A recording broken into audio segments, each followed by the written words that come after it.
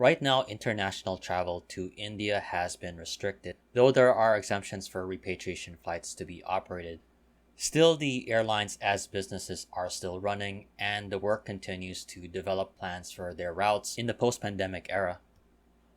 One of India's major carriers, SpiceJet, the budget airline, has set its sights to expand its network further with long-haul routes, as the carrier received the designated Indian carrier status for flight rights to the United States and the United Kingdom.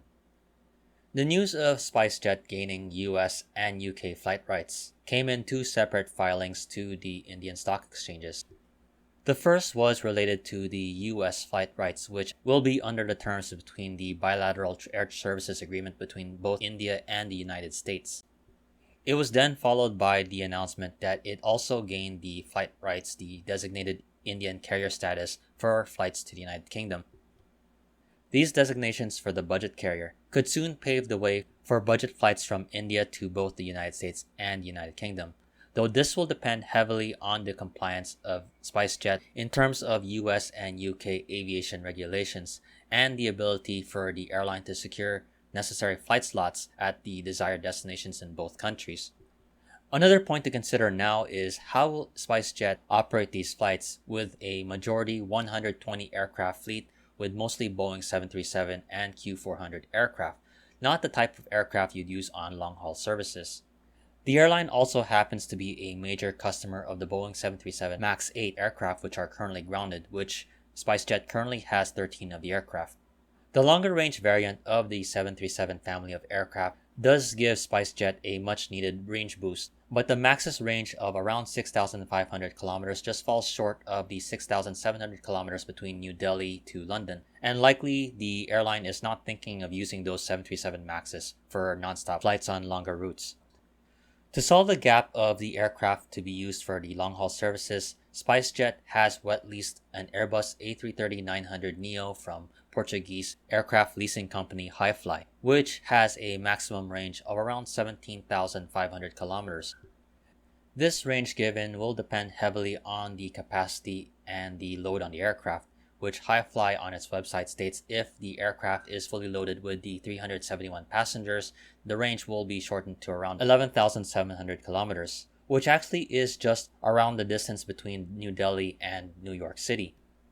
Now, according to reports, SpiceJet is not planning immediately to launch these flights, but instead operate charter flights to help repatriate Indian citizens, with the first to start off on August 1 between Amsterdam and Bengaluru, India. And these initial charter flights would be the proving ground and testing for the future of SpiceJet and its long-haul ambitions. Should it proceed with its plans, SpiceJet would be taking part in a milestone, but also a challenge in bringing budget flights, especially on the long-haul sector, something that has proven to be difficult for many other airlines in the past. It also comes as the challenges are emerging to Air India, which has been the main long-haul carrier operating those kind of routes from India itself, as airlines such as Vistara is setting its sights with its Boeing 787 aircraft, and rival budget carrier Indigo is also setting its sights for longer flights with orders for the long-range Airbus A321XLRs. So with these thoughts in mind, I still think SpiceJet would be eyeing the UK flights first, possibly eyeing the cities of London, Birmingham, or Manchester, cities that Air India is currently serving, though it's safe to assume that the airline will primarily focus on the London area itself, being a major travel market in Europe. Being a budget carrier, the airline may consider the alternative to London Heathrow, which could be crowded and flight slots may be limited, and looking at the alternatives such as Gatwick or Stansted, which in recent years has been welcoming more international airlines. The longer routes to the United States will likely raise more questions as to which market will be the most feasible for SpiceJet, and my bets would be with the New York City area, being the major hub for most airlines at the east coast of the United States, with two viable hubs, either New York JFK, depending if slots are open, or Newark. While it's very interesting to see what SpiceJet does with these new flight rights, there's still a lot of work to be done for the airline before it actually embarks on these kind of flights, along with waiting for the travel restrictions to be eased for international air travel to open up more. In the meantime, what is your take on SpiceJet getting the designation as an Indian scheduled carrier in both the United States and the United Kingdom? And what do you see are the next steps for SpiceJet to take to embark on these flights?